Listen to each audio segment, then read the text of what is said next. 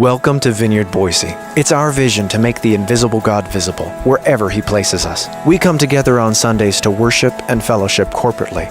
But we know that church isn't just about Sunday. It's about a lifelong, day-to-day following of Christ with other believers. We invite you to join us, just as you are. If you'd like to support our ministry, visit vineyardboise.org and click the Give Online button. Wasn't that a cool backdrop this morning? That's been a long time coming, the whole parting of the darkness. You know, if you haven't been here for the last few weeks, this has been a backdrop in process. It's been kind of an unfolding work of art. Jesse and Dom Nilo have taken point on that, and Dottie as well.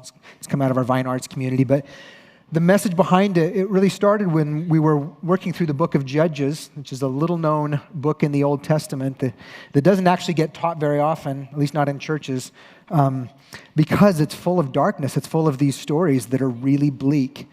In fact, I was out of town for 1 week, and I asked one of our pastors if he would teach for me that week, and he looked at the passage, he said, "Well, I feel like I drew the short straw." And I said, "Yeah, but in the book of Judges, they're all short straws." Because it's dark. And it didn't start dark, it started actually in a moment of hopefulness that it looked like a new day had dawned in Israel. And it looked like, they'd finally at long last arrived in the promised land, and the future was bright, and then slowly there began to be this eclipse of darkness. And it took a lot of different shapes. The different stories, the darkness looked different, but it was social darkness, it was economic darkness, it was spiritual darkness, it was civil darkness, it was just in every form. And by the end of the story, it was just completely eclipsed in black. It had moved into a total eclipse. And last week on Palm Sunday, we got the opportunity to say, that wasn't just a story for, 3,000 some years ago. That's still the story today. That's the story of mankind. And because we live in a fallen world, there's a darkness here, and it manifests itself in different ways. But if we can pause to take ownership for it, if we can say, here's what it looks like for me to live within a fallen world. Here's choices I've made that reflect a sinful heart. Here's things that I've done, self-destructive things that I've done. Here's how I've impacted other people. If we can take ownership for it, then there's hope for redemption to break through. What we acknowledge, we can ask God to heal. And so that's the process we've been in. And as we move into this series for Easter, we've called it, we're going to be in the book of Ruth, which immediately follows Judges in the Hebrew Scriptures. And it's actually set in that same time. And we've called it Surprised by Hope because in the midst of that darkness, we see little glimpses of light breaking through. And that's what we're looking for this morning. So I will say this, at the heart of the Easter story that we're here to celebrate this morning, at the heart of the Ruth story that we're going to tell it through, we're just looking at Easter through the lenses of Ruth. At the heart of both is this concept of redemption. And redemption's a word that it gets used a lot in church world, and it actually gets used outside of church world. We talk about even redeeming coupons and things like that. So redemption's a concept that's out there, but we need to define it for our purposes this morning so we're on the same page. So here's the way we're defining it this morning. Redemption is a concept with a broad application, but at its core is about rescuing someone or something out of a hopeless situation. Here's the key. Rescuing someone or something out of a hopeless situation by paying the required price on their behalf. So in other words, we can't redeem ourselves. We're in a hopeless situation that requires someone else to rescue us from. As we looked at the book of Judges, we said, you know what? One of the things that we learn from Judges is the desperate condition of mankind, of what it means to be born human in a fallen world. And we can look to all sorts of solutions to the brokenness of mankind. We can look for academic solutions, for government solutions, for scientific solutions, for educational solutions, for religious solutions. We can look for all kinds of solutions. But at the end of the day, those are all Band-Aids, and what we actually are dealing with is broken hearts. We need a heart transplant. And though I can look for a Band-Aid, I can't actually transplant my own heart. That requires the work of another. So that's what we're moving towards. And as we talk about redemption, we'll say this: people can be redeemed. So for example, if you look in just the ancient Near East or in the Hebrew Scriptures, you see that people can be redeemed. For example, prisoners of war. If someone was taken captive during a skirmish and they were prisoners of war, they could be redeemed by someone who would pay basically the ransom to get them back. Slaves could be redeemed. Let's say somebody was in a financial, desperate situation, and they sold themselves into servitude in order to have some sort of income. Well, it would actually take a relative of theirs to pay the price to rescue them out of that slavery, to pay the debt to the one that held their bondage. A childless widow could be redeemed by a male relative who would take her as a wife and then raise up children not in his name, but in her deceased husband's name. And so this is one of those cultural things that's pretty foreign to us, but in their day, to be a childless widow was a hopeless situation. And so if a male relative took her in as a wife and raised up children with her, but they were actually to her deceased husband, then that family line would not die out. That was an act of redemption. Even someone convicted of a crime punishable by death, someone convicted of a crime that merited capital punishment by law, they could be redeemed out of that by someone willing to pay their debt, to pay the ransom for their guilt. Not only people could be redeemed, but land could be redeemed. That's going to be relevant in our story today as well. Land could be redeemed. For example, in Israel, when the promised land was divided amongst the tribes and people received their allotment, they were not to sell their allotment. God didn't want one person to be kind of acquiring all the wealth and for there to be this huge discrepancy between the rich and the poor. And so people were not to sell off their land, but sometimes people would actually mortgage all of their land or a portion of their land, and then in order for them to get it out of debt, someone would have to come and pay the price for it. We're going to see that today. And so today we're going to be in the book of Ruth. We're going to look at it look at the gospel and Easter through those lenses. If you weren't here last week, I'll just recap briefly scene 1 or chapter 1. We're going to look at 4 chapters today and 4 scenes. And just to review, during the dark days of the Judges, we find the story of one woman, a woman named Naomi.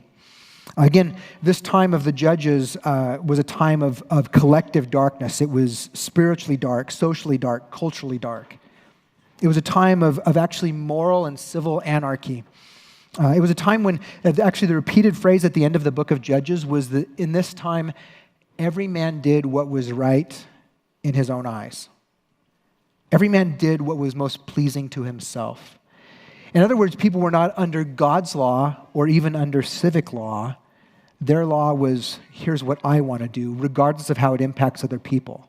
And so this is a very dark time. And in the book of Ruth, we find one person's story within the midst of that darkness. How did it impact her?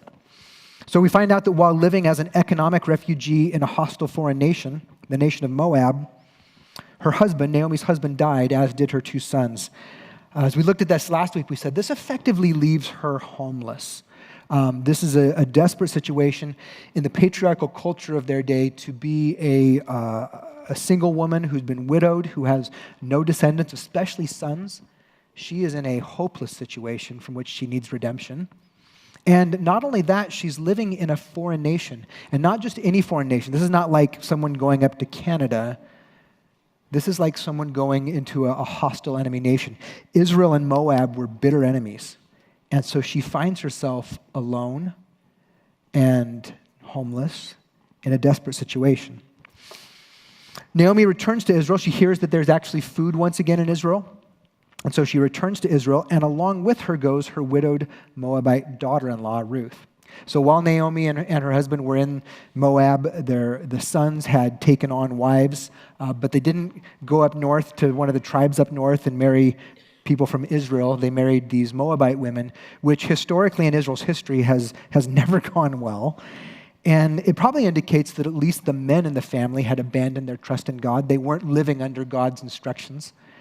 And so we see this playing out in her life, and yet here's this young Moabite widow who by every right should just stay where she is in her homeland and start a new future.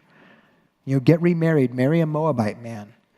But she decides to travel with her widowed, bitter, defeated mother-in-law. And here's what we know about Naomi. Naomi's not looking at the brighter side of life right now. She's not singing songs about the sun will come out tomorrow. from her own lips, the things she's saying is things like, my life is no longer pleasant. Her name actually means pleasant. And she says, but my life is no longer pleasant, it's bitter, for the hand of the Lord is against me. It's as if God has clenched his fist. And she says that just because the closest thing she can see is the circumstances of her life. And that's what's right in front of her vision, and that's what she explains. And so now her daughter-in-law, Ruth, this foreign Moabite daughter-in-law, says, I'm going to attach my future and my security to you. This makes Ruth the rarest of immigrants. She leaves her family, her homeland. She leaves her father's house. Her parents are still alive. She leaves her father's house. She leaves her opportunity to remarry, where she'd be more likely to remarry there in Moab. There's a concrete, visible future of what life could look like if she stays. And instead she says, I'll go with you into a place where I will be an immigrant of a people that are hated, from a nation that's hated.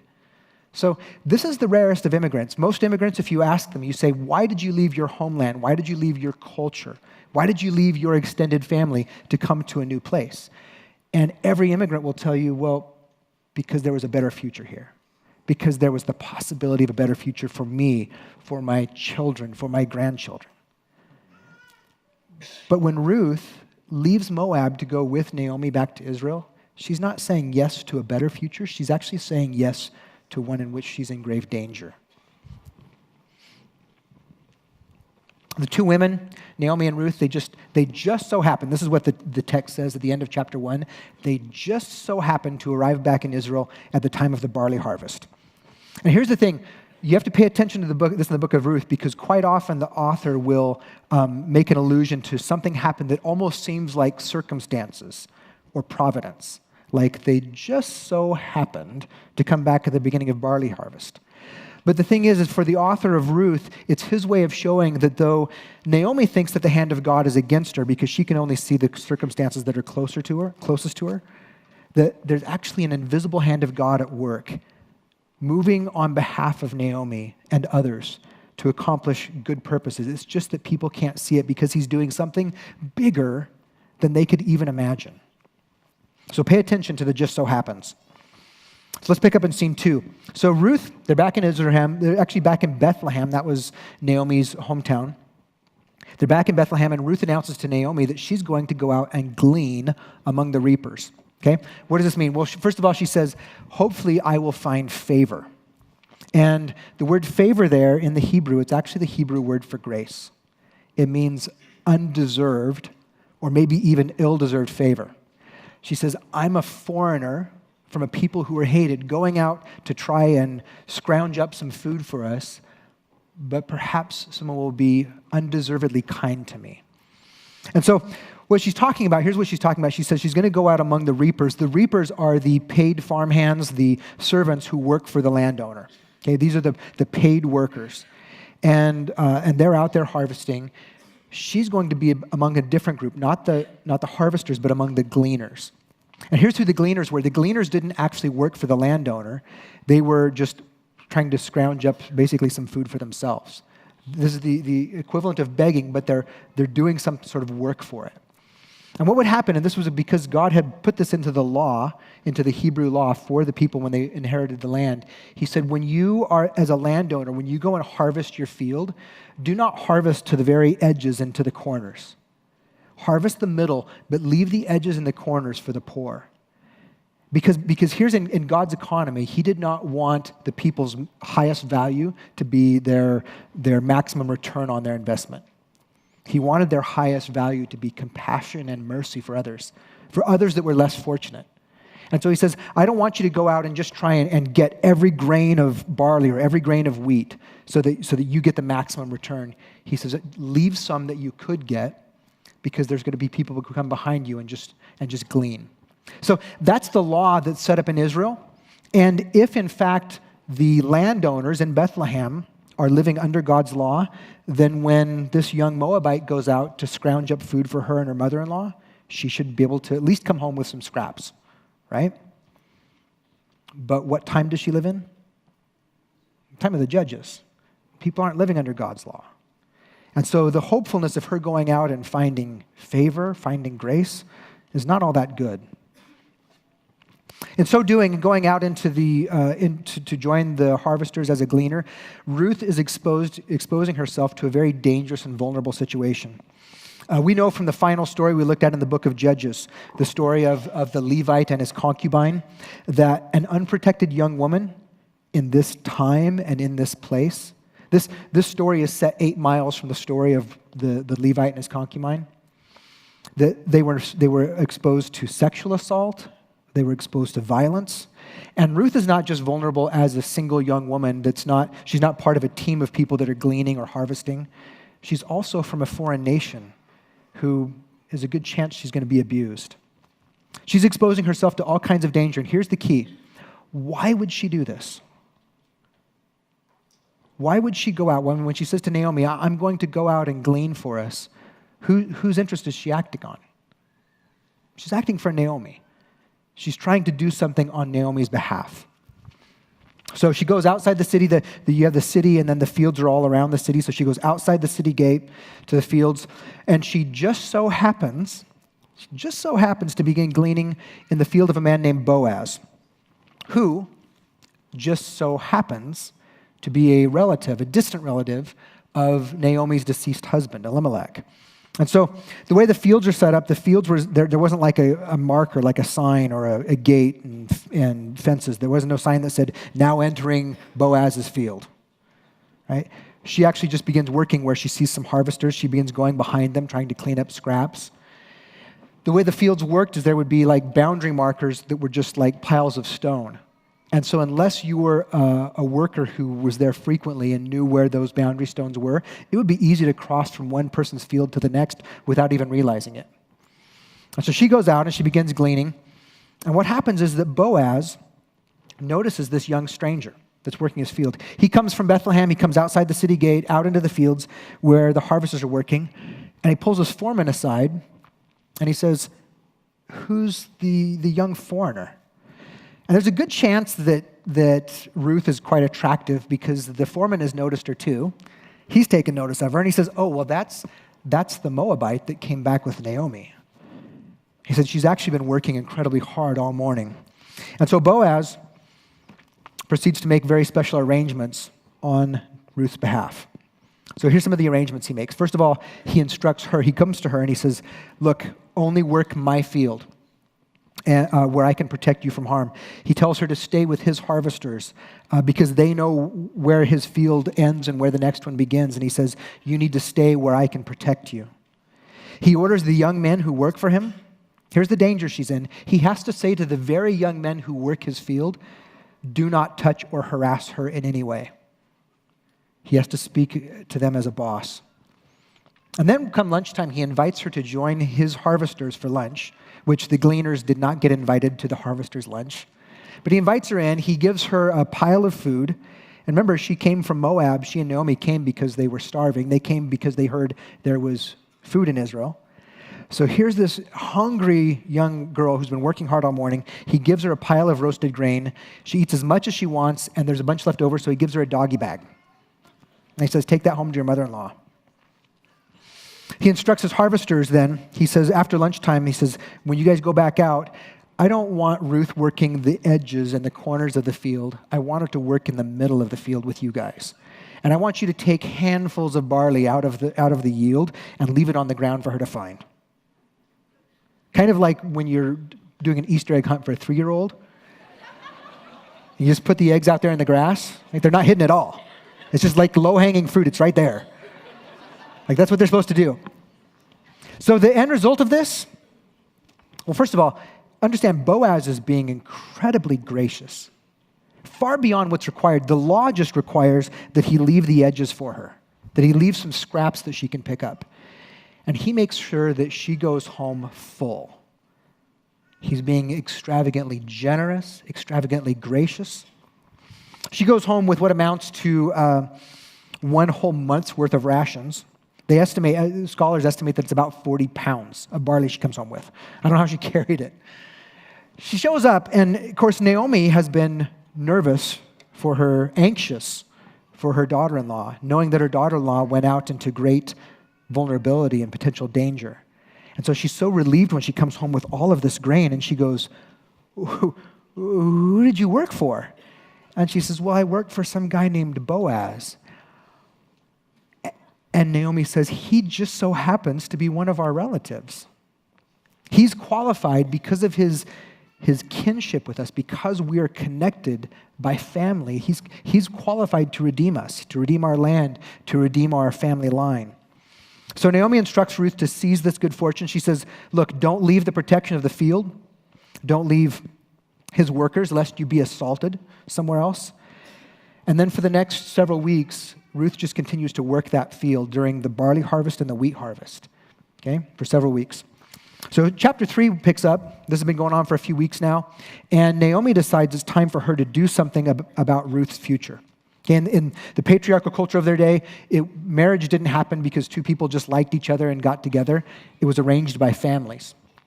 And so Naomi, as a widow, knows that it's her job to see that Ruth finds a husband. And she says, you know what, this guy you're working for, he's extravagantly generous as a boss, but you don't just need a job, you need a husband. And she goes, here's what we're going to do. She says, I'm going to give you some instructions and you need to obey. So basically, here's what she does. She coaches Ruth in how to let Boaz know that she would like to be more than a migrant worker, that she'd like to be his wife. So she goes, here's what you're going to do. You're going to bathe, put on some perfume, put on a nice dress, okay, hang up your Carhartts, hang up your straw hat, brush your hair, and then go outside the city gate to where they're winnowing the barley.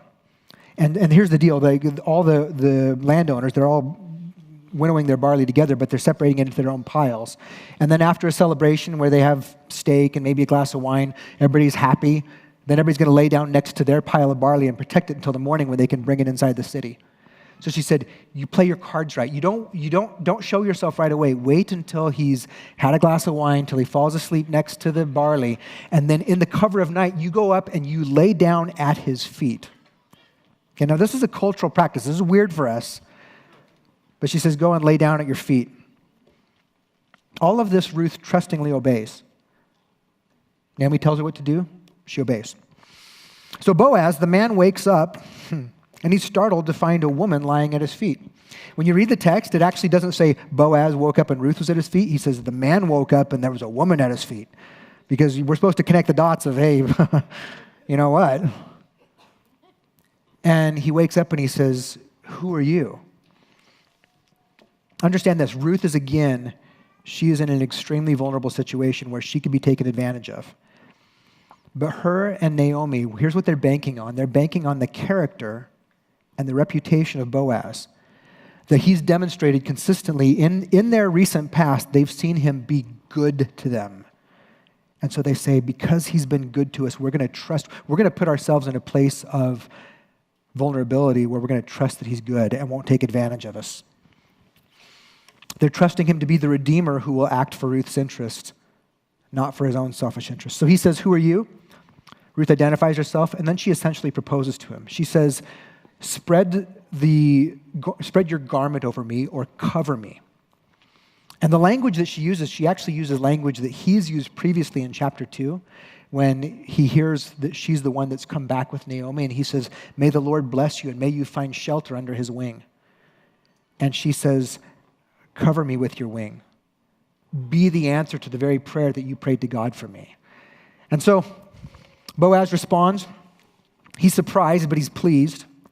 He accepts her proposal, and here's the key. He accepts it without concern for what it will cost him. And the surprise is that he thought that she would be interested in a young man. He is a wealthy man. He is a wealthy landowner. He has a lot to offer, but he's also old. And so he's like, I'm pretty sure that regardless of finances, her highest priority is going to be a young man. So he's pleased, and he says yes to her without thinking about what it might cost him. We can talk about that in just a moment. So he then keeps her through the night to protect her safety. He doesn't send her back to the city during the cover of night where there's nefarious guys lying around.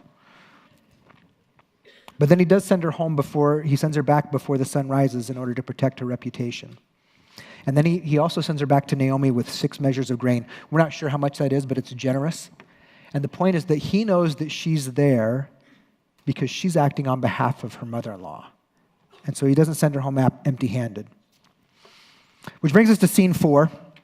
In the morning, Boaz goes to the city gate. This is the place where all the official business is conducted. And guess who just so happens to come by? Oh, I forgot something. He tells her, he says, I will redeem you if no one else who has first option 2 does. And the issue is that there's a kinsman, a relative of theirs who's actually a closer relative who has first option to be the redeemer because it went through the family tree like that.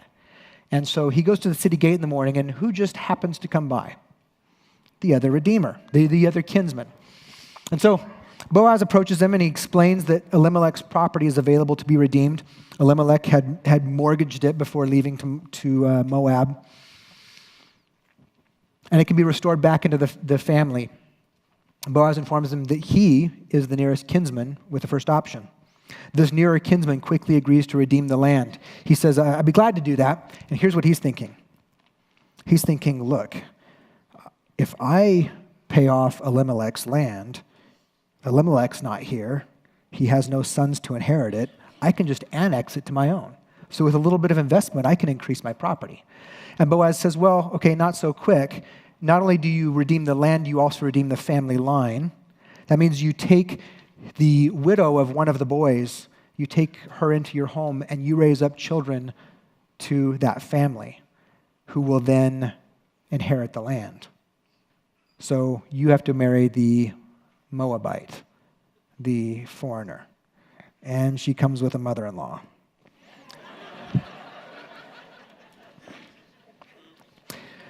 The nearest kinsman refuses, knowing that there is only risk for him and no reward. Here's what the risk is. He has to spend his possessions to rescue another man's family out of debt. And then with the intention of raising up a son to whom the property would revert. He says, no thanks. And here's the other thing. Once married, and he acknowledges this, he says, if I marry her, the moment we're married, she's legally entitled to everything that I have. Not only do I not get what she has, that it goes to that family line, but then she's entitled to everything that's mine. No way. Why would I want to water down my inheritance for my own kids? And so he makes a self-protective decision. He says, I won't do it. Boaz identifies himself then as a kinsman who not only can, who's entitled to because he's a relative and he's phenomenally wealthy. Not only can he, but he will. He wants to. And so the nearer kinsman agrees to let Boaz be the redeemer. Boaz is not only willing to pay the price, but he's also willing to bring the 2 widows into the family. In fact, the language that Boaz begins using for this young Moabite is he begins to call her daughter, which is the language of family. She's without a family in a foreign land, and he says, I'm bringing you into my family, and all that I have is now yours. So the 2 men, the 2 potential redeemers, they seal the deal. They do that through the exchange of Birkenstocks. Possibly Chacos. The text isn't clear. Not clear. But that was how they did it. And then lastly, Boaz marries Ruth, who just so happens to get pregnant then and gives birth to a son in Bethlehem. And once Ruth gives birth to the son and she places him on her mother-in-law's lap, and the mother-in-law's future is once again, there's hope for the future. Surprised by hope. Once there's hope, the women of the town, there's about 200 people in Bethlehem at this time. The women who saw Naomi come back from her 10 years away in Moab, and they said, we don't even recognize her. Who is this? They say, blessed be you by the Lord. Your life is no longer a life of bitterness. Your life is pleasant once again. We're going to circle back to this in a few moments, and we're going to talk about how does this point to Easter. If we're looking at Easter through the lenses of that story, how does that point us to it? But before we do that, we need to also tie up another story, because last week during Palm Sunday, we showed you a story that was a modern-day redemption story. It was the modern day story of what the darkness of living in a fallen world, what it looked like for one person, for Sherry. And Sherry was very courageously told us her story and said, this is what it's looked like for me to live in a dark and fallen world. And today we get to hear the redemption of that story.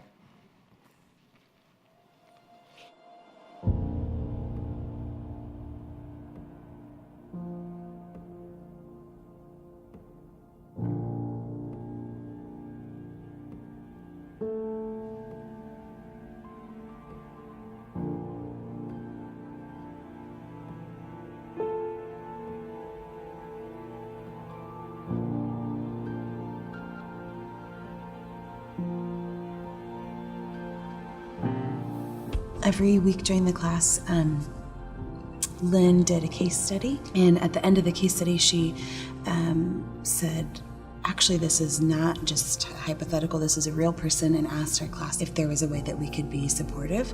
And we had been, during that class, just starting to pray that if we were going to stay in Boise, that God would provide a place for us to expend ourselves. Lynn said that there was a need for giving Sherry a ride in the mornings and in the evenings, and she said that it was the next morning someone needed to pick Sherry up at 5:30 a.m. And I said, well, that must not be the thing for me because that's 5:30 a.m. So I think I'll wait for the next thing. And then I immediately felt the conviction of the Holy Spirit, like very strongly, like, oh, this is, you want to expend yourself, but you can't wake up early. It was just really clear. So I signed up to pick Sherry up the next morning. It was a struggle for me to learn to allow others to love me.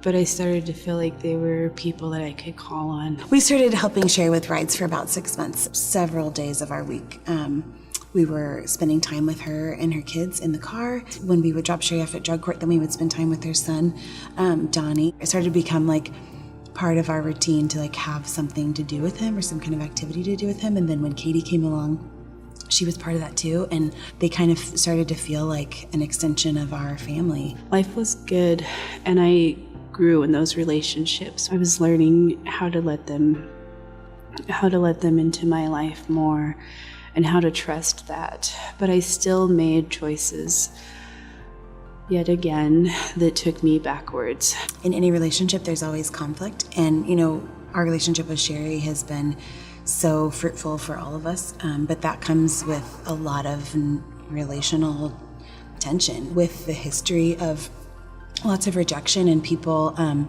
not being committed to her. Then anytime we have conflict, there's always the possibility that she, out of fear, wants to run away from our relationship. And after I had graduated drug court, I had that safety net of having all that structure and all those boundaries and all those rules around me was lifted, and I had let back in the relationship that I had in the past, and it quickly took me backwards. So Donnie came to live with us for a year and a half, and then we became his legal guardians. Yeah. While Sherry was in prison for another time that happened kind of unexpectedly for us. They were still there for me, and they still loved me. And for some reason at that moment in time, I realized that God had sent me people who loved me all along, and I didn't even realize what it was because I didn't know how to receive love. We adopted a daughter, and Amy was pregnant at the same time. So we were like, okay, this one-bedroom house is not going to cut it with Donnie, Prairie, and Bobo, and Amy and Fred. So we started looking for a house, and the dream was we'd find a place with a mother-in-law quarters or a separate space so Sherry could come transition into our home, and there would just be a smoother transition as a whole family, and Donnie transitions back with Sherry. That was the dream, and so we started looking, and we found a place just a block away from where we were living that had a little apartment upstairs and its own kitchen, its own entrance. And And so we were like, we hadn't even seen the house. We were like, whatever, like this is the one, we know it. So when she moved in upstairs, and Donnie stayed with us for a while still, and then started spending more and more time upstairs with Sherry in the apartment, and then eventually moved completely up there. And then our daughter Katie moved in up there, and we just had a house with one big family, and just really supported each other and helped each other out. Sometimes even getting the tools to live life differently, that can be helpful and beneficial, but or even having a place to live if you didn't have a place, like that's nice too. But really where the difference is made is in relationship. I wouldn't be where I'm at today without other people being willing to open those relationships up to me. I wouldn't know how to be healthy without other healthy people being willing to show me that love, to show me that grace, and to experience life with me.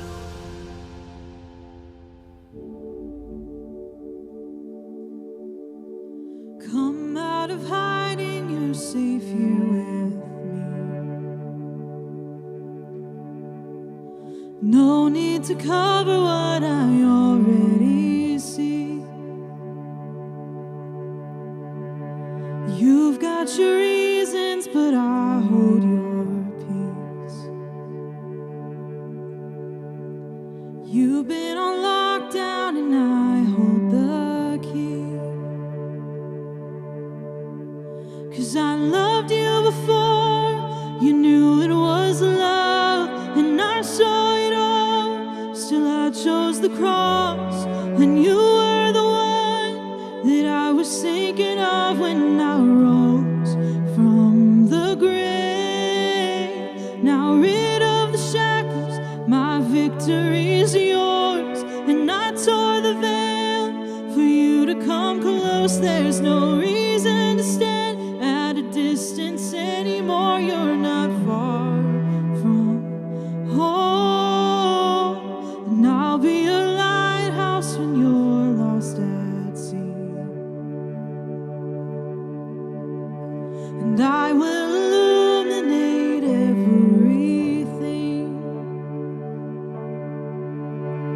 No need to be frightened by intimacy. No, just throw off your fear and come running to me. Oh, 'cause I loved you before you knew it was love, and I saw it all. Still I chose the cross, and you were the one that I was thinking of when I rose from the grave. Now rid of the shackles, my victory's yours, and I tore the veil for you to come close. There's no reason to stand at a distance anymore. You're not far from home. You're not far from home. You're not far from home.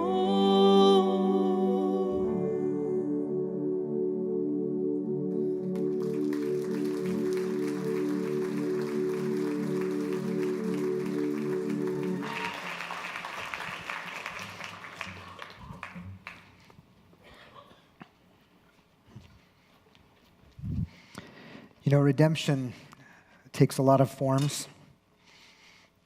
Thanks, guys. You have the story that Fred and Amy shared with us and Sherry shared with us about just getting to walk in a redemption story.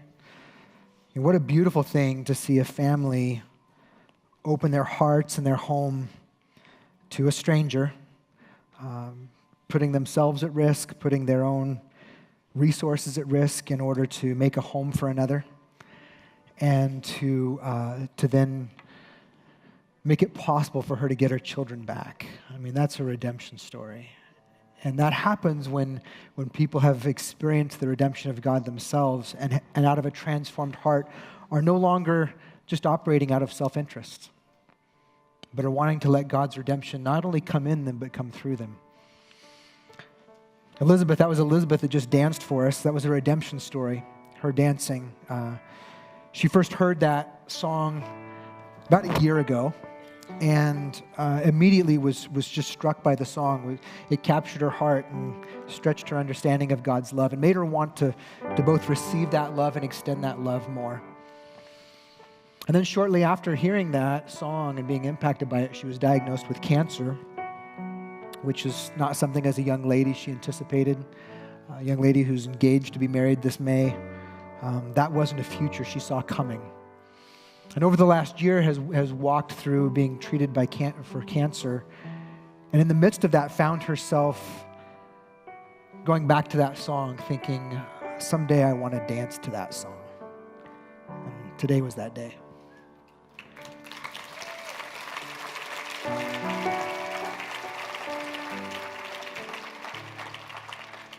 And in the meantime, Elizabeth has been declared cancer-free.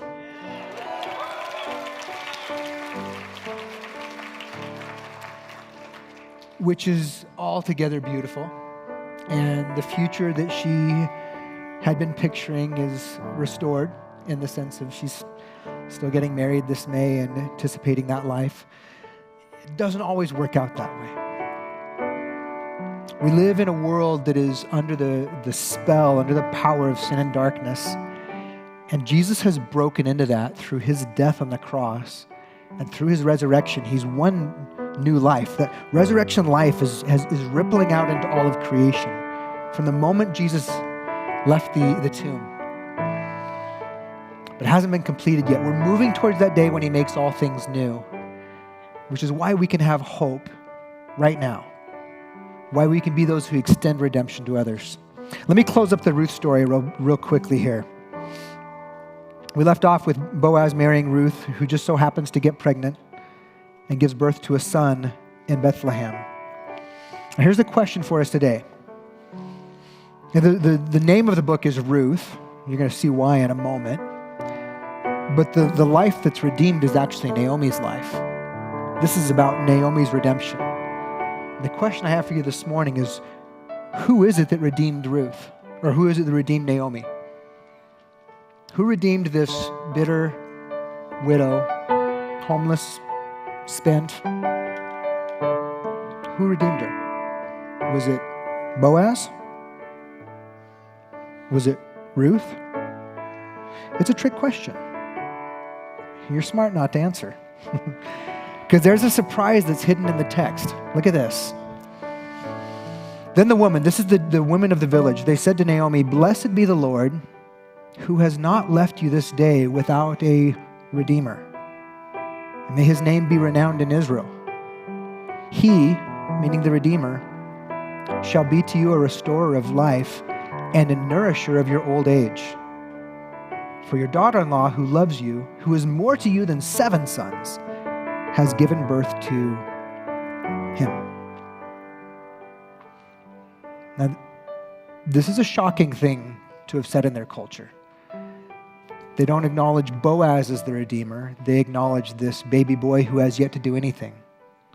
They declare that the baby born in Bethlehem is the Redeemer, and that he is the one that the Lord has provided to redeem both her life now and her future, to give her hope once again. Look who he becomes. This is why the book's named after Ruth. The women of the neighborhood gave him a name, saying, "A son has been born to Naomi." They named him Obed. He was the father of Jesse, the father of David. From this baby boy will eventually descend King David, and some 12 to 1300 years after King David, another baby boy will be born in Bethlehem, in that same line, and he will be the Redeemer. This little story of Ruth, the story of Naomi, Ruth, Boaz, the story of Fred and Amy and Sherry, the story of Elizabeth and Anar. Anar's her fiance. These are all redemption stories, but they all whisper about a deeper redemption story, about the true redemption story that's to come. There's coming a greater Redeemer who will redeem and rescue all of mankind from the hopelessness of sin and death by paying the required price for our debt. And though he's the true Redeemer in the story, there are little foreshadows, there's little glimpses about him in the story of his grandparents, of both Ruth and Boaz. Like Ruth, we see this. Motivated by faithful love, Jesus left his father and his homeland to become an immigrant in a hostile world. There could be no greater joy, no greater experience than the Trinitarian experience of community and joy and abundance in eternity. And Jesus left that to come into our world, to come into the fallen creation, knowing what it would cost him. He's an immigrant who came not for a better future, but for a worse one. He came not for a more pleasant future, but for a more painful one at great personal risk. And he did this with great joy. Hebrews tells us that for the joy that was set before him, he endured the cross. He came knowing what it would cost him, but he did it from joy. He did it to rescue and redeem us. Jesus also went outside the city gate in order to lay down his life.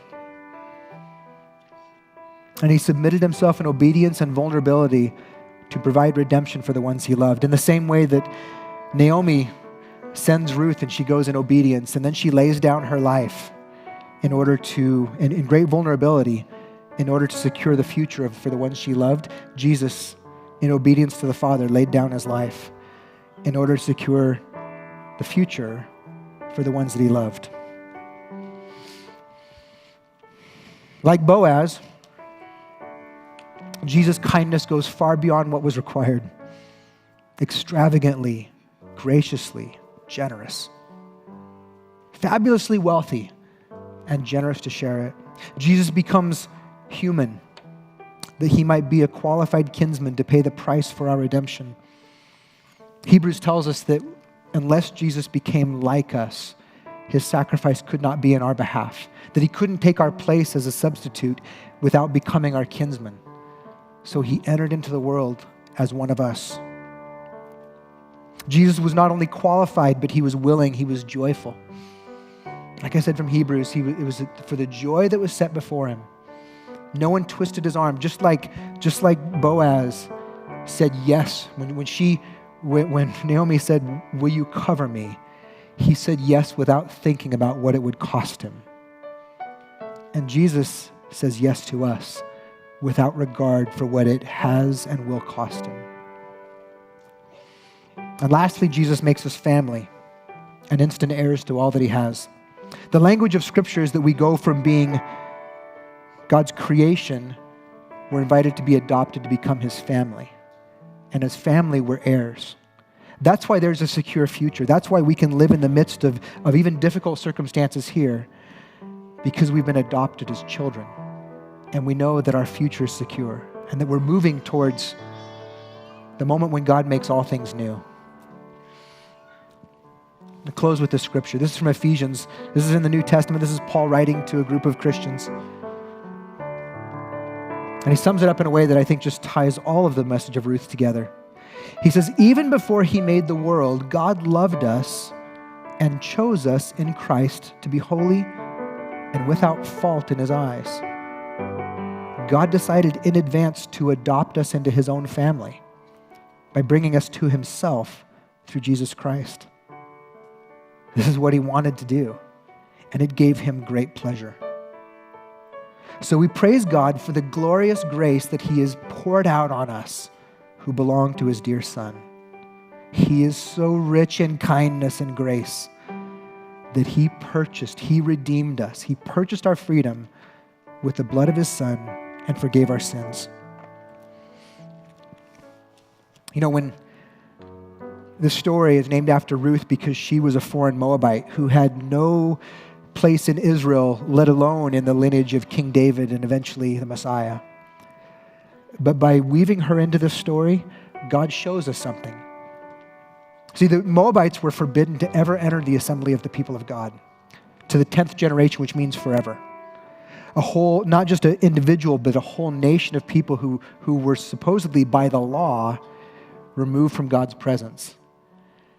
And by taking one and weaving them into the very family line of Jesus, God shows us this, that there is no one, no people group, no race, no gender, no age, no economic status.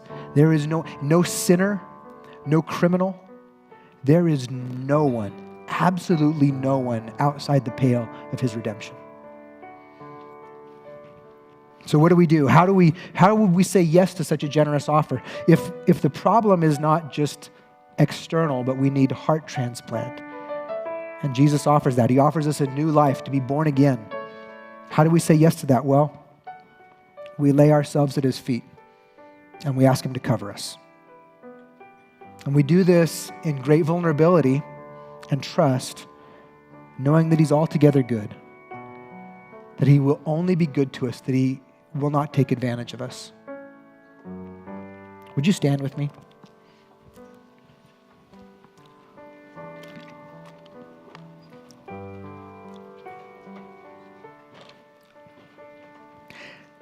You know, there's a response that allows us to say yes to Jesus. Ruth had to go outside the city gate. She had to lay herself down at Boaz's feet and say, will you cover me? Will you spread your garment over me? That was a cultural practice for us. We just need to respond in some way of faith to say, I put myself in your hands. I trust your generosity. I trust your goodness. And if you will take me as an heir, if you will give me a future with you, I give you myself. In a moment, I'm just going to give you the opportunity that if you've never said yes to Jesus, God, he did this for all of mankind, and it's appropriated by each one of us individually. Each one of us has the opportunity to say yes or no. So I'm going to give you that opportunity in just a moment. It's going to be as simple as just raising your hand right where you are. We'll pray for you where you are. I also suspect that within this room of predominantly people who've already responded to Jesus, that there's many in this room who say, I just need to trust my circumstances to him again. I need to be willing to obey him and to see his redemption come in my life.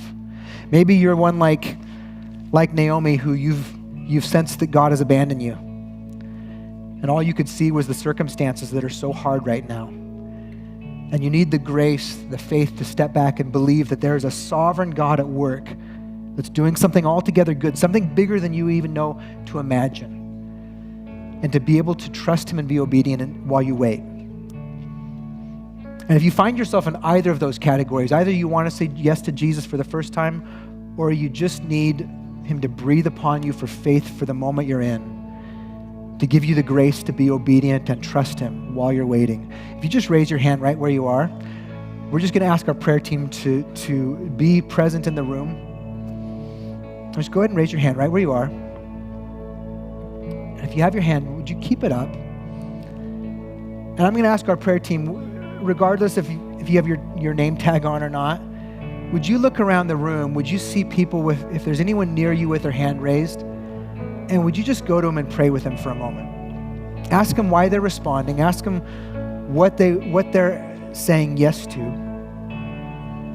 And just take a moment to pray with them.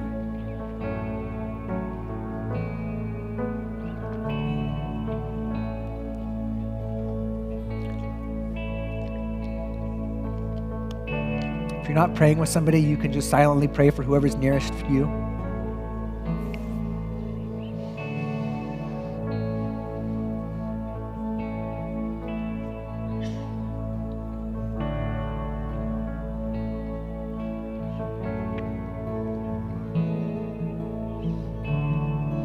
This is just the church being the church. Ministering to one another, praying for one another. You know, one of the ways that we appropriate grace is we remind each other of God's goodness. That's why we have to come together, to be reminded in the midst of the circumstances that God is altogether good. If you're receiving prayer right now, or if you're praying with somebody, we're going to take a moment to just respond with a final song of worship, you may have to wait until we're done to finish praying. That's okay. But we're going to collectively respond to remind one another of God's goodness and to be found in that.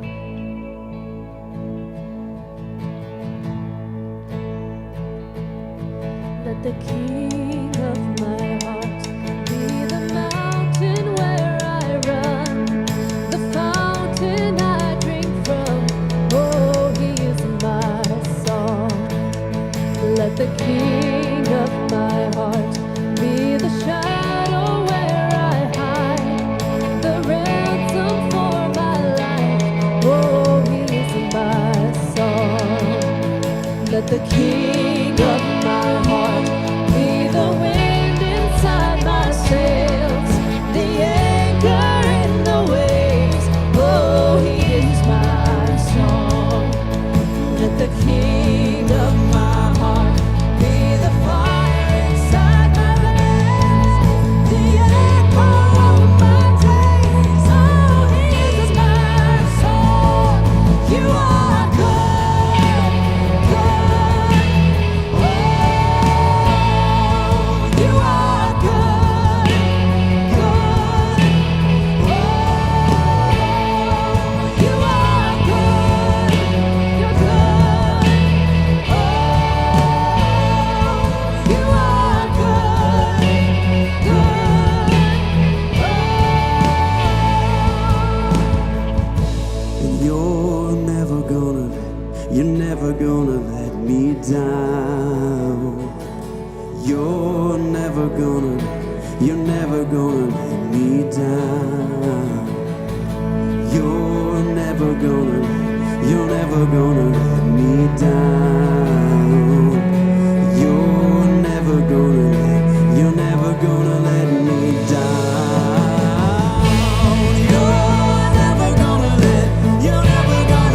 me down. You're never gonna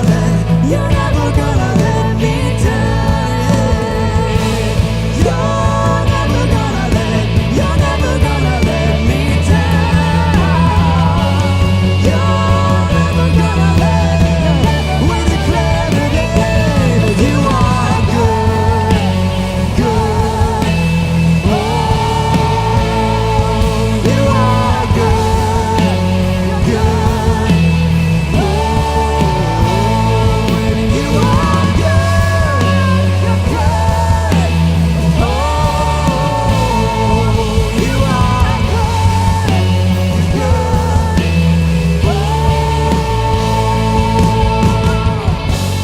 You're never gonna let me down. You're never gonna let me down. You're never gonna let me down. You're never gonna let me down. You're never gonna let me